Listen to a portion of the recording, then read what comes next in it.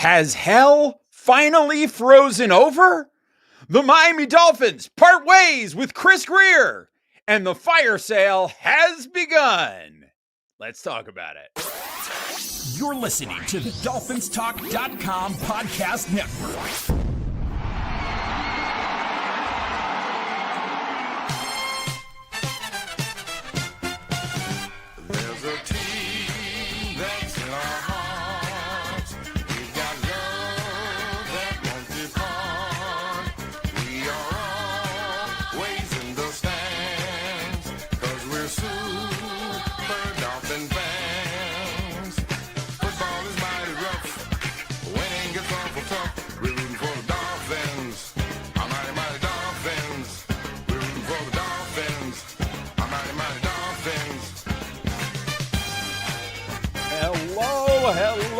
Hello, Miami Dolphins fans, and welcome to the SAME OLD DOLPHINS SHOW, part of the DolphinsTalk.com podcast network. I'm Josh Katzker. With me today and every day is my brother from the exact same mother, Aaron the Brain. Aaron, say hello to the people. Hello to the people. If we've got a little bit of extra pep in our step today, you know damn well why, because the Miami Dolphins have fired Chris Grier, baby. Look, when that news came out unexpectedly, I mean, really unexpectedly, best Halloween ever. That's all I can say. It's just best Halloween ever. As I said on the breaking news audio segment when I jumped on there with Mike and Tom very briefly, I said, trick or treat, it's no tricks, all treats today for Miami Dolphin fans. Because at long last, ding dong, the witch is dead. Chris Grier is finally gone. I never thought Stephen Ross would have the nerve to actually make the move, but he did it. He did it. He got rid of Chris Grier. It's a Christmas miracle. A Halloween miracle. Well, Halloween miracle, Christmas miracle, whatever the case may be. He's gone is the point. And listen, I know some people are going to say, I don't want to be here. I don't want to celebrate, somebody losing his job. It's fair. I'm going to do a swear. Fuck off. That man has made millions and millions of dollars. He makes more money every year than most of us are going to see in our entire lives. I do not care. That man is going to be just fine at the end of the day. So don't cry to me about, somebody lost the job. If I could have a job getting paid like he was, to be as bad at my job as he was, geez, not to mention, I'm sure he's getting a pretty penny in severance as that is all coming together. So, I mean, I'm not losing any sleep about the fact that man has lost his job. But the fact of the matter is the Miami Dolphins are in a better state today than they were before he's gone. Brain, do you want to go over why this was such an important move for the Dolphins to make? Because, I mean, this has just been one failure after another with this Chris Grier character. I think it was not just an important move. I think it was the move. We'll talk about, the fallout and other things that may happen and should happen and need to happen. But as far as the moves that could have been made, as far as one singular move, this was the move. This was the most important firing. And to be fair, it was the one that we least expected because we really did not think that he was going to lose his job. But look, guy was here since 2000 in one form or another, as far as what his job was. And I don't think it's entirely coincidental. Sure, there are a lot of factors, but I don't think it's entirely coincidental that the entire time that he's been here since 2001 was the last time this team won a playoff game. And he has continued to get promoted in spite of being a part of all of those different regimes. as other guys ahead of him have gotten fired, he has continuously gotten promoted from scout to head of scouting to assistant GM to GM. And throughout it all, he was never part of the solution. So for a quarter of a century, he has been here and not been part of the solution. There's no reason to think, given the current state of things and what he's done since he has been definitively in charge, that he was going to be part of the solution going forward. This was the move that had to be made.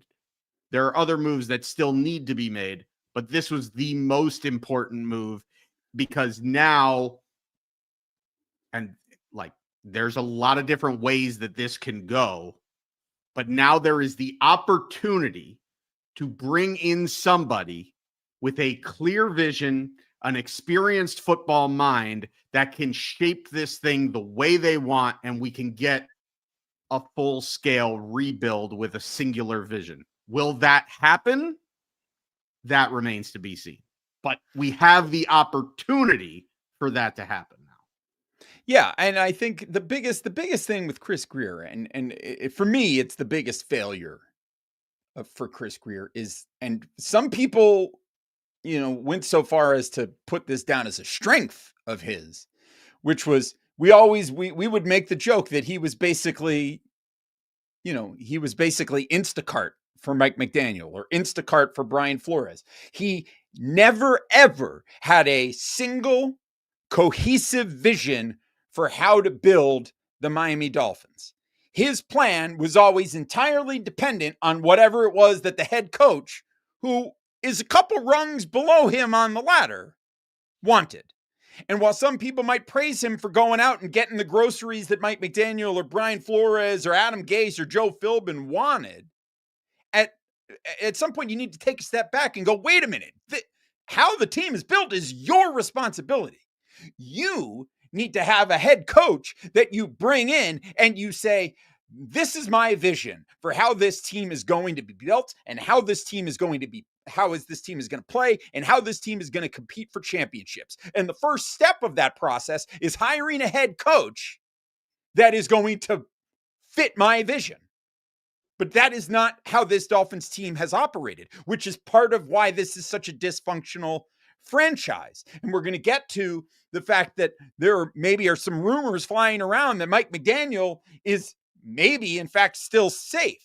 Now, I have my doubts about that theory. I know Stephen Ross really likes Mike McDaniel and would like to see him succeed. But in my mind, you have to allow that new GM to come in and make that decision. If that GM comes in and says he does not want Mike McDaniel to be the coach, Mike McDaniel is not the head coach. You have to give that general manager, the new general manager, whoever it is, and we know that Champ Kelly is doing it on an interim basis right now, but eventually there's going to be a new general manager who comes in to take over. From what I understand, there is like 0% chance that Champ Kelly is doing anything other than being the interim GM here. But whoever the new permanent GM is, that person needs to have the ability to come in and say, no, Mike McDaniel can't be the head coach because this is my vision for the team and he doesn't fit it. Or that GM comes in and says, this is my vision and Mike McDaniel fits that vision. But you can't. Steve Ross, the absolute biggest dereliction of duty that Stephen Ross could exhibit at this point, having done part of the job in firing Chris Grier, the biggest dereliction of duty would be handcuffing whoever the new GM is and saying, you've got to rock with Mike McDaniel as your head coach. That would be a problem. It was the same problem that they had when they hired Mike McDaniel, was they said, you've got to come in and make this quarterback work.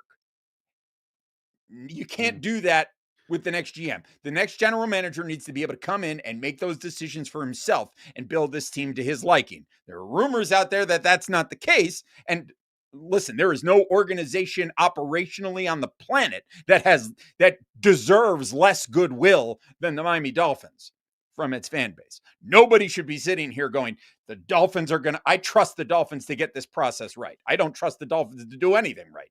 The fact that it took as long as it did to fire Chris Grier is horrendous. Okay. But Like, that's the next thing that has to happen is they've got to bring in a head coach. They've got to bring in a GM that has a cohesive vision, because Chris Grier never did that. And that was part of the reason that the Dolphins have been mired in such mediocrity for so long, because every few years you're turning over the vision of the football team when you bring in a new head coach. And that's just not acceptable. I completely agree with you. This was the move that needed to be made, but it's not the only move. And we've seen, you made a decent analogy with, handcuffing Mike McDaniel to the quarterback in Tua. But I think there were other analogies there. I mean, you could have said, well, they hired Mike McDaniel and they forced him to have Josh Boyer as the defensive coordinator. I can give you an even better analogy that's more apropos to the situation that we are potentially in, which is I don't remember what year it was. You'd have to look it up. But when the Dolphins fired Jeff Ireland and Joe Philbin was the head coach, and they said and Ross basically came out and said, I'm not going to fire Joe Philbin. Whoever the new GM is has to be okay with Joe Philbin being the head coach. Right. And what that led to is no decent GM candidate is taking that job without being able to put their coach in. Right. And then you fast forward, and what did Joe Philbin got fired? What, 4, 5, 6 games into the season the following year? And we had Dennis Hickey as the GM. Dennis Hickey had 1 year as the GM, and his draft consisted of, I'm just going off the top of my head, but I think it was Devontae Parker, Jay Ajayi, and Jordan Phillips were the 3 guys that those were his 3 big picks. It was kind of a disaster draft. But anyway, that's what you get when you go on a GM search and you tell the candidates, hey, you don't get to pick the coach. You've got to be okay with this coach. That's not how it should be done ever. The GM and because of it, you're going to whittle down the candidates that you get. You're not going to get the best candidates. What they need to do is one of 2 things. My preferred way would be they get one guy. It doesn't need to be, he does not need to be the GM. It could be an older, experienced football mind that sets the vision for the entire organization, not unlike what they did with Bill Parcells. And you hire that person to be the football czar. And that person hires your GM, hires your coach, and he basically sets up the entire structure of your football organization. Maybe he has final say, maybe he doesn't. You leave that up to him, but he doesn't need to be the one that's on the phone, making all the calls, directing all the scouting, but he's the one that is setting the vision of your football team and has the power to fire everybody. So the power to hire and fire people on the football side of things no longer rests in Stephen Ross's hands. It rests in the hands of the football czar. That's my preferred way of them handling this. And anybody that would do that would come in and immediately fire, Mike McDaniel. Other way, Stephen Ross wants, you know what? This is the opportunity to do this. I want to do a pulse check. We're going to do a pulse check here in just a minute, but first we need to get some plugs in here. Okay. Make sure you're following us at Amplify to Rock, at Aaron the Brain. That's at Aaron the Brain. Both of us are over there on Blue Sky. You can also follow the show at Same Old Dolphins. You can also follow Same Old Dolphins on Instagram. We got the Instagram going again. So follow us at Same Old Dolphins over there on Instagram. Download, rate, review, and subscribe to the Same Old Dolphins Show on Apple Podcasts, Spotify, Stitcher, SoundCloud, everywhere you get your podcast. Make sure you smash the like button. If you're watching on the Dolphins Talk YouTube channel right now. Go ahead and smash that like button, subscribe to the channel, turn on notifications so you're notified every time we go live. Shout out to everybody watching on the I Am a Miami Dolphin Fan Facebook page run by the fantastic Mr. Carlos Hernandez. Smash a like button over there, share it with your friends, tell them to listen. If you hate the show, tell your enemies to listen. Let's go share it. Let's get the word out there. We appreciate you very much. Make sure you're visiting DolphinsTalk.com each and every day. It's your one-stop shop for all things Miami Dolphins. And of course, make sure you're going to caneswear.com. Now that Chris Grier has been eliminated, get on over there. Get your celebratory Miami Dolphins gear at caneswear.com. Get yourself a hat, a jersey, a t-shirt, a hoodie, whatever it is that you want. Head on over caneswear.com.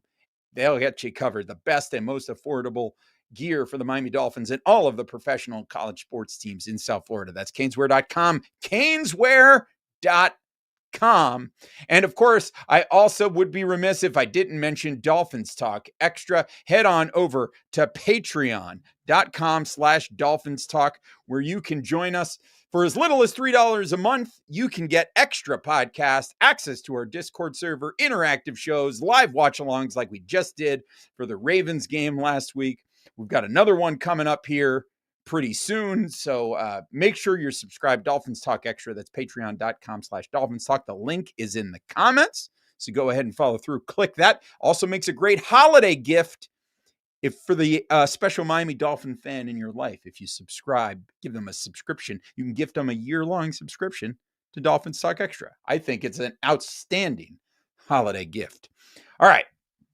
It is now time for a pulse check. This is where we ask you, the listener, for one word to describe how you are feeling about the Miami Dolphins right now. And Brain, I'm going to start off with mine, okay? This is a little bit different than how we typically do it. I know I usually hand it over to you and let you go first, but because we're on the subject right now, I wanted to jump in and handle this first. Firing Chris Grier was the big domino that I never expected to fall. Okay, that was the domino that I thought would stay standing forever. But they did it. He's gone. It's done with. But that's not the entire story. There is still work to do. And so my word is third. As in, that is 1/3 of the people that we need to move on from officially. The second is the head coach, Mike McDaniel. And the third is the quarterback, Tua Tagovailoa. And once the Dolphins have moved on from both of those other men, they will have completely cleared the decks. There's a lot of work to do, a lot of work that needs to be done. But before I will have any confidence in how this organization is going to move forward, before I will allow myself, listen, I am over the moon that they got rid of Chris Grier finally. It needed to happen. I'm glad it's done. But before I can truly turn the page and begin to be really excited about what this team's future holds, those other two guys need to be gone as well. And it is up to Stephen Ross to make sure that those guys are both gone sooner rather than later. Now, obviously, I know the Tua thing is complicated and we're going to have plenty of time to have that conversation, but Mike McDaniel is the more pressing one. I know Stephen Ross likes him, but if this team goes out and loses, as I expect them to do for the rest of the way, I mean, you're going to have a very hard time justifying bringing him back to me. So anyway, my pulse check is third. Let me share with you some of the thoughts that we've gotten here on the Dolphins Talk Extra Discord. Misha Rohn says jaded. Patrick Mullen, distrustful. Fish Pilot says skeptical. Mr. McDolphin is also skeptical. The Jet 305 says whatever. And Mark Nelson is, as we are live here, Mark Nelson was just typing something. I'll come back to that response here in just a moment. Let me share some other responses that we've gotten on some of the other platforms. Hockey Chick says Don Nova. FinFan says excited. So that's something. So somebody's at least a little excited there. And then we've got Stephen Pasquale 1383 says drained. Captain Charisma says skeptical. Kalen says optimistic. Dolphin York says interested. Vincent James exhausted. There are other responses coming in. Let's see if we've got any here live in the chat that have come in. Jordan Murray says burn it down, all one word. Craig Fleming says indifference. And let's see any others come in. Thundercat 2011 says tired. Wisconsin FinFan 816 says 2028. Let's see. Dave Caziel says fearful. Mitchell Skitch Cone says cooked. Lou says apathetic. Mr. McDolphin again says draft. Craig Fleming indifference. So not a lot swinging one way or the other. There's not been a huge pendulum shift here in the fan base, at least from what I can tell. But Brain, what is your one word? So you're correct. It's a day to celebrate, Chris Grier being gone. It certainly gives you an opportunity to rebuild this thing, starting with the front office. But there is work to be done. There absolutely is. And we can't I wish that we were in a situation where we could just have faith that that Stephen Ross was going to get it right and just be like, hey, he got rid of Chris Grier. That's the problem. Everything's going to be right. We're not there. We're not close to being there. And I agree with you. Mike McDaniel is the next piece that needs to go. Now, I know a lot of people are freaking out because, Mike McDaniel didn't get fired. Is Mike McDaniel going to get fired? How tied together is Chris Grier and Stephen Ross that every time I want to say Stephen Ross, I end up saying Chris Grier. But Stephen Ross is still talking about, I really like Mike McDaniel. I didn't just bring him here I didn't just not fire him to leave him here for the rest of the season. Here's what I'm going to say. If you want to be worried, justified to be worried. Absolutely justified. Until they do the thing and hire a new GM, have a real GM search, fire Mike McDaniel, you have every right to be worried that they're going to screw it up. Because historically, over the past quarter of a century, all this team has done is screw it up. So if you're worried about it, I can't begrudge you for that. You absolutely have the right to be worried. This is what I'll say, though. If Mike, and by the way, my word is unsatisfied. Before I go any further, my word is unsatisfied because there is work to be done. We shouldn't, as a fan base, just be placated and feel like, oh, okay, Chris Grier's gone. Now everything is just going to be fixed. There is work to be done, and ultimately, if it's going to happen, there's really two ways that it could happen. There's the one way, the aforementioned way, where you hire a football czar, and then that guy makes the decision. The other way that you can do it is you could basically put together a group of people, whether you want to call it a task force or, a board or I don't know, a bunch of consultants. What you can do is you can put together a group of football minds to come together and have them conduct your GM search. I don't love that way as much as getting one person, because I think that the best way of doing this is having a singular vision as opposed to having too many chefs in the kitchen. But I will say this, if you go that route of having like a group of people that have that perform your GM search, whoever they hire as the GM, you give the GM all the power, and that becomes your singular vision. It's not that task force stays together and they're there for one reason and one reason only, and that's to hire the GM. The main point of this is that Stephen Ross should not be in charge of anything football related. He should not be the decision maker. By hiring a football czar or bringing in a group of football consultants to make your hire, you are taking the power away from Stephen Ross in making your hire in setting up your football organization.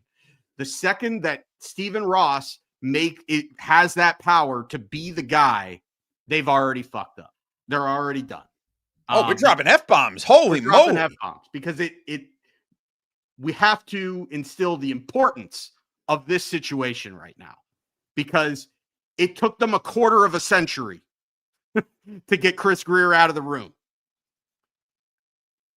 There's a real possibility that whoever Stephen Ross puts in there, whether it works or it doesn't work, that person's going to be in there a really long time, because Stephen Ross doesn't like to fire people. So if you only got one shot at this, you got to do it the right way. So that's what it is. And as a fan base, look, I said weeks ago that as a fan base, we have an obligation to no longer put up with the crap that this organization is spoon feeding us, and get loud, show your displeasure with dollars by not showing up to games, by boycotting. People didn't show up to games, and the people that did show up to the games booed loudly, made a mockery, flew the banners, wore the paper bags. The fans made this happen. We as a fan base collectively made this happen, because if we're just sitting on our hands and saying, well, we love the Dolphins and we're going to show up for them, that's my team, I'm going to show up to the stadium and I'm going to give them 110% as a fan, and I'm going to support them in everything that they do. If we did that collectively as a fan base this season, Chris Grier would still be the general manager of this football team.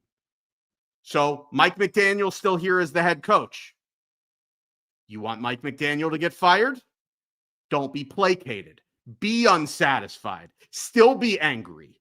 Still do the same things. If this team doesn't turn it around, newsflash, they ain't turning it around. Be angry. Fly the banner that says, great, you fired Chris Grier. Mike McDaniel, you're next. Don't stop.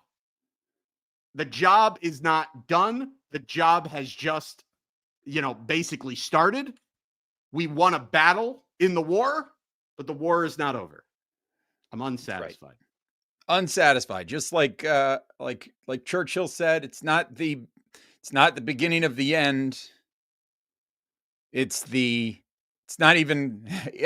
don't even think it's the end of the beginning. It's the beginning of the beginning. And buy our Fire McDaniel shirts. As Mike says, Mike, drop a link in the chat so that people can know where to buy the Fire McDaniel shirts. We do have them available, by the way. So, okay. So that's where we are. That's our pulse check there. Yeah. So I think you get where we are right now. I think you can acknowledge that firing Grier is good, but you also have to acknowledge that is not the entire job. It is only but a portion of it. Regardless, the news that Grier was getting, that the Dolphins were moving on from Grier on Friday, immediately switched a narrative that had been going on in the press. In the press, we had been hearing for weeks that the Dolphins were not planning to sell off parts. They were not planning to have a fire sale. They were not planning to make any trades. They were really committed to holding fast to what they had. Grier gets fired on Friday. Monday morning, not even 9 a.m., barely 8 a.m. in the morning, we get word that on Sunday, the Dolphins completed a trade with the Philadelphia Eagles to send Jaelan Phillips to Philadelphia in exchange for Philadelphia's 2026 third-round draft pick. Now, there were a lot of different opinions about this trade going down because, listen, I understand a lot of people really like Jaelan Phillips. He's a South Florida guy. He did everything the right way. He was an easy guy to cheer for. But the fact of the matter is he is just coming off of two significant injuries, and now on his fifth-year option is not currently the player that he was before those injury setbacks. there's always a gamble to be made that maybe you could negotiate a good deal for 2026, but the Dolphins, knowing that they are looking to rebuild, made the decision to, you know what, we're going to go ahead and just try to get something back for this player and move on from him. And they did so.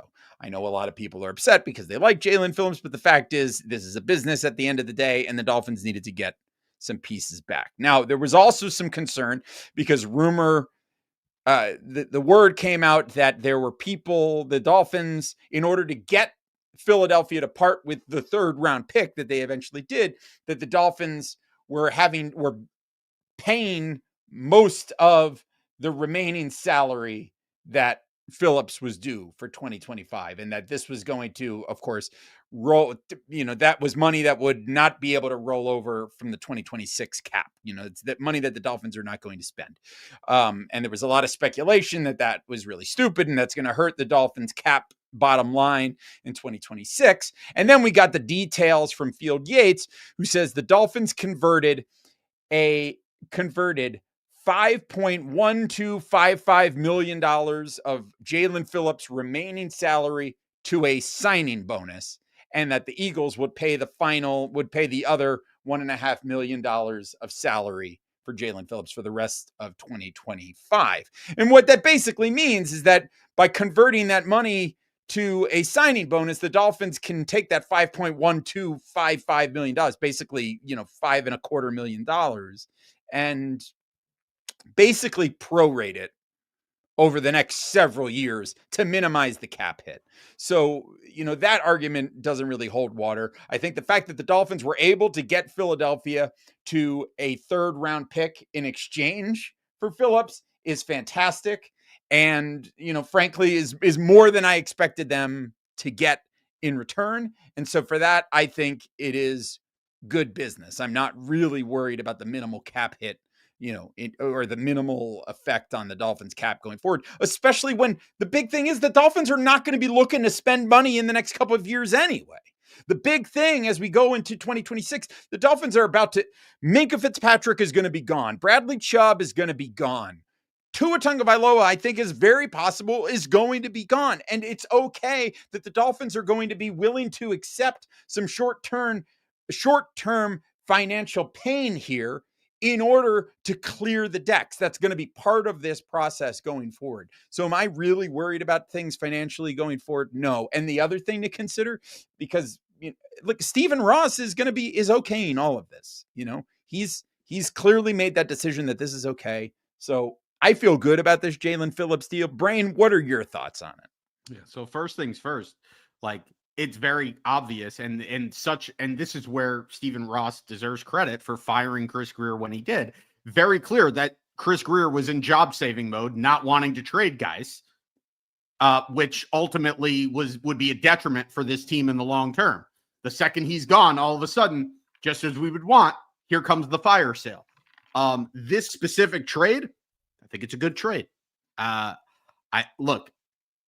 said all along, I would have trouble parting ways with Jaelan Phillips for less than a 3.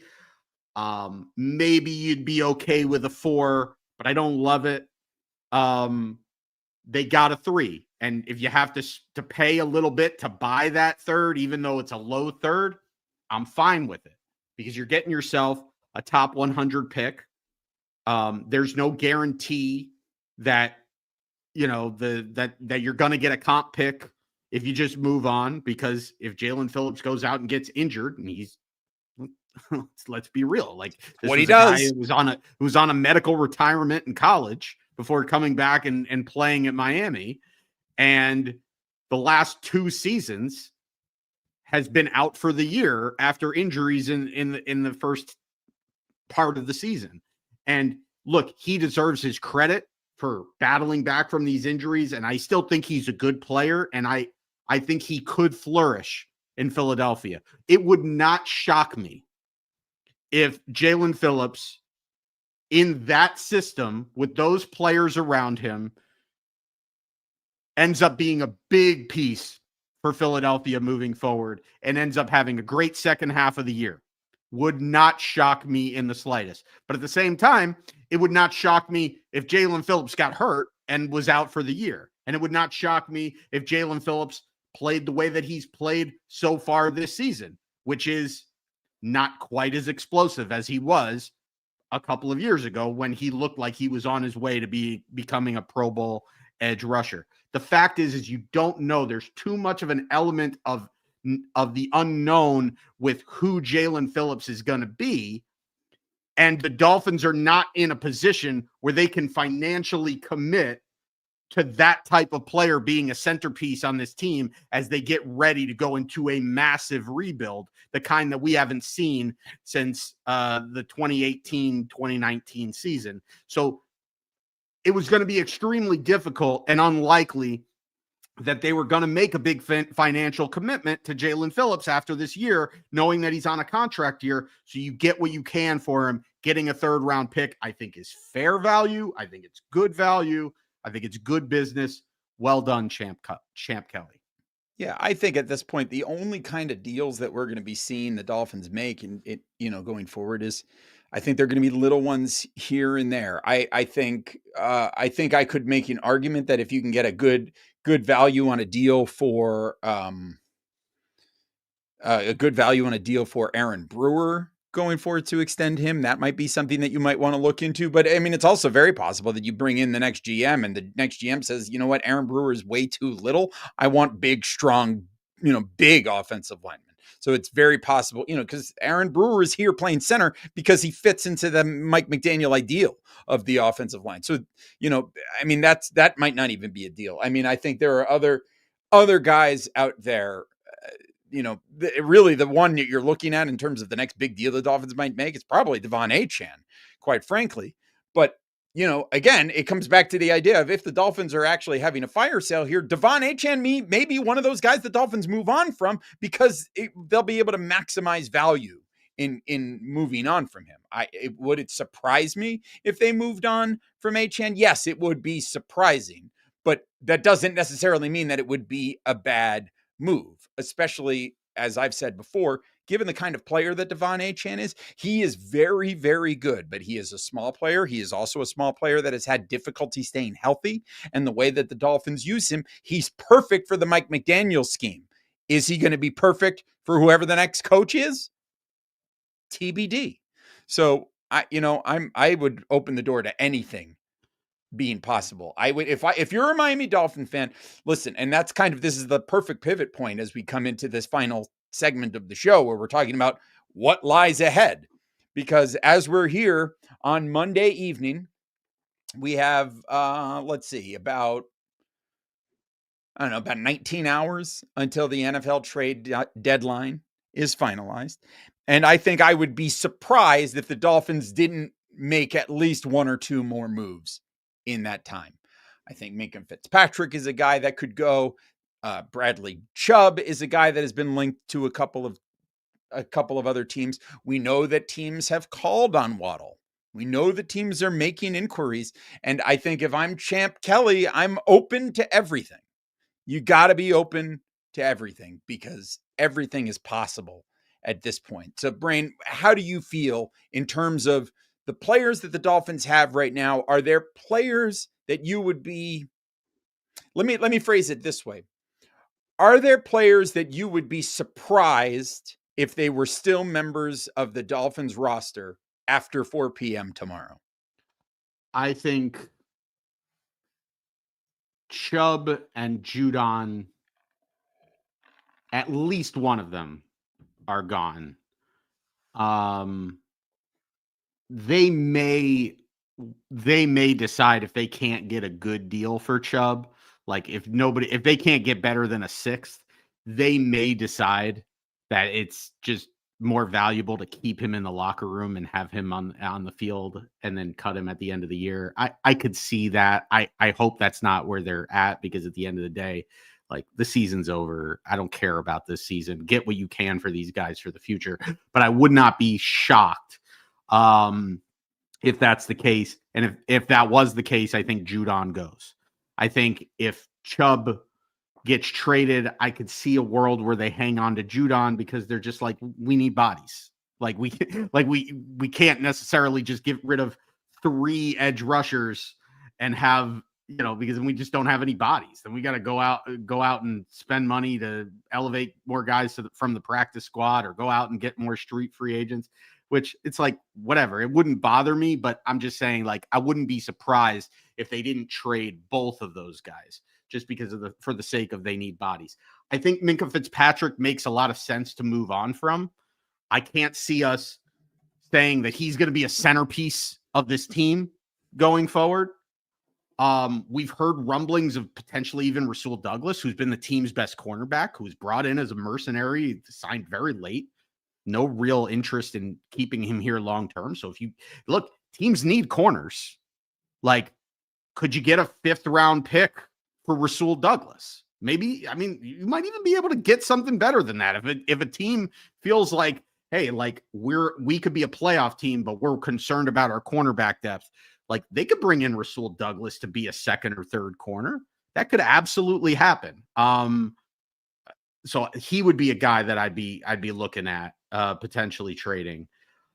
Aaron Brewer, I thought of, but I just like, you need to evaluate your offensive line and you need to be able to evaluate your quarterback, even if it's not Tua, and the other players on your offense. And I think given the lack of depth that the offensive line has, and that Aaron Brewer is your second most consistent, arguably most consistent offensive lineman, I don't think it's a bad deal that he's on. I probably would not trade Aaron Brewer unless I got blown away. And I don't think you're going to get blown away, because I don't think there's a lot of teams that are just like, yeah, I'm going to trade you a 2nd or 3rd round pick for Aaron Brewer right now. So I'd be pretty surprised if that happened. I don't think we're going to trade Jalen Waddle. We had that show a couple weeks ago. And everything that we're hearing from the Dolphins is they need to be blown away. It probably has to be a 1+ because they view Jalen Waddle as a number 1 receiver. They're going to lose cap space if they trade him. I don't think there's a lot of value in trading Jalen Waddle for like a 2nd round pick.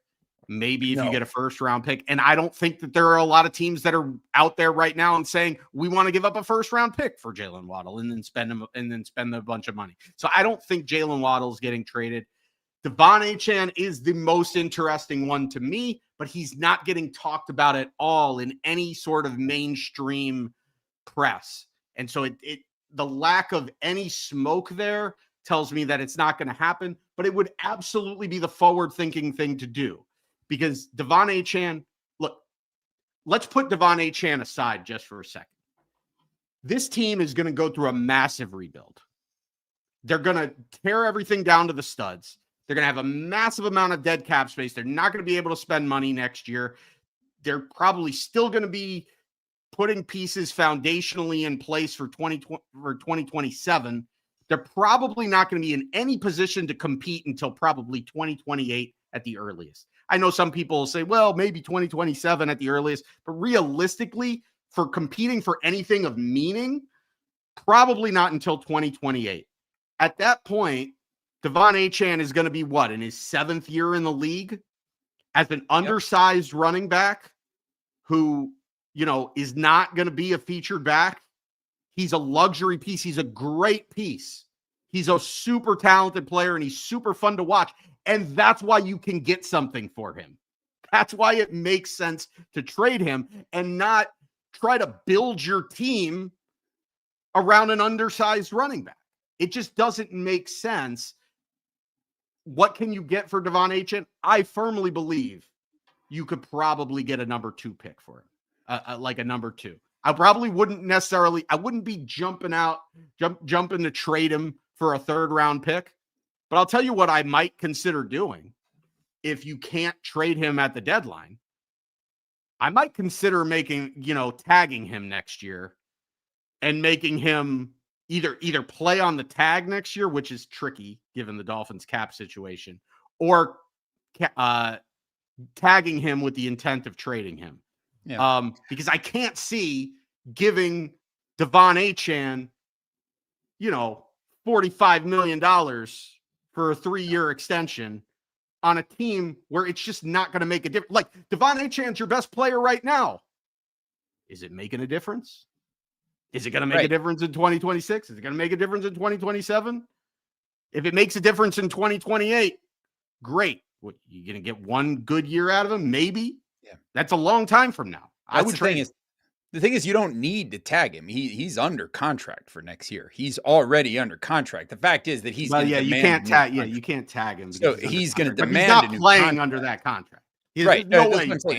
He's going to want a new contract, and so it's going to be up to the new GM to decide what they want to negotiate for him. But I mean, your point stands. I mean, it is going to be a couple of years here before we are looking at, like, truly, it's going to be a few years before this team is really ready to truly compete.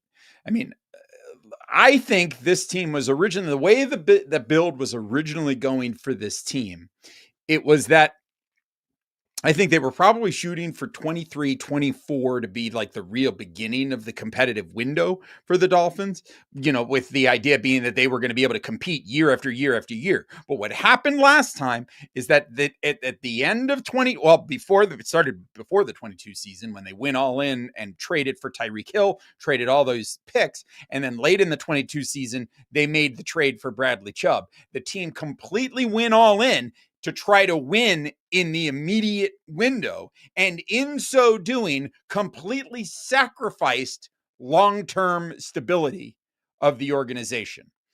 What I am hoping is that whomever the new GM is, when they come in, they learn the lessons of the Chris Grier, Mike McDaniel regime and say, we're going to build this the right way. We're going to be patient. We're not going to splash out a bunch of money we're not going to trade away a bunch of draft capital to bring guys in. We're going to draft well. We're going to make good signings, and then we'll go from there.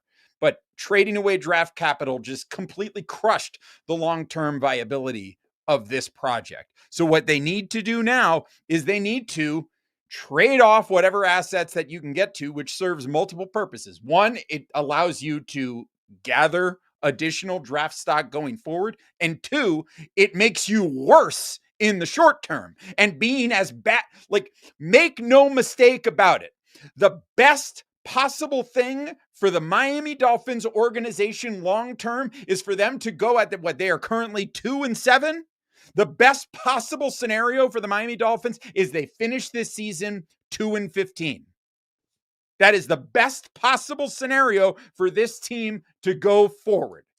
I am not interested in hearing anything to the contrary. I understand that you want to watch your team go out there, like you're a fan of sports and you want to go out there and you want to watch your team win. Right?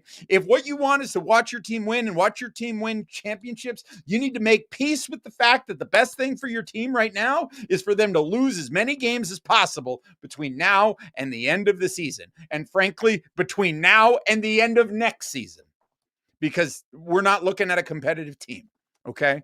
So let's hope whoever it is that comes in, they get rid of McDaniel, they get rid of Tua, unless they keep them in place with the sole goal of losing as many games as possible, in which case I'll let it happen. Okay. But the goal right now is to lose and gather up as many resources as you can so that when we get to this offseason, you have a very attractive situation for a new GM and potentially a new head coach to walk into.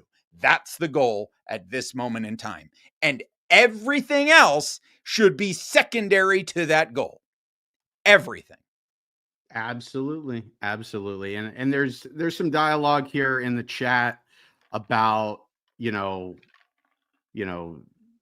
potentially with all the void years on a lot of these players that aren't going to end up being on the Dolphins next year or the year after, that, potentially, this screws the Dolphins for a long term. It doesn't necessarily, because basically with these void years, when a player is not on the team, if he's not under contract with the team anymore, all of the void year money all accelerates into the first year that player is not on the team. So what that means is a bunch of dead cap space for next year. So again, this isn't necessarily a long-term issue, but it's going to be a bad medicine year in 2026.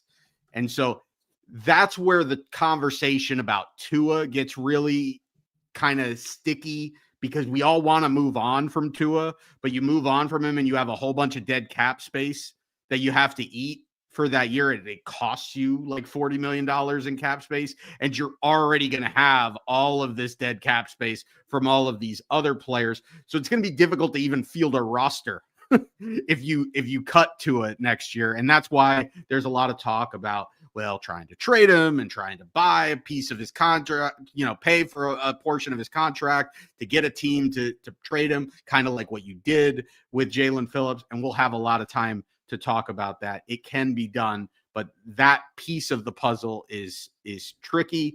But absolutely, the larger point here is this team needs to get as much draft capital as possible.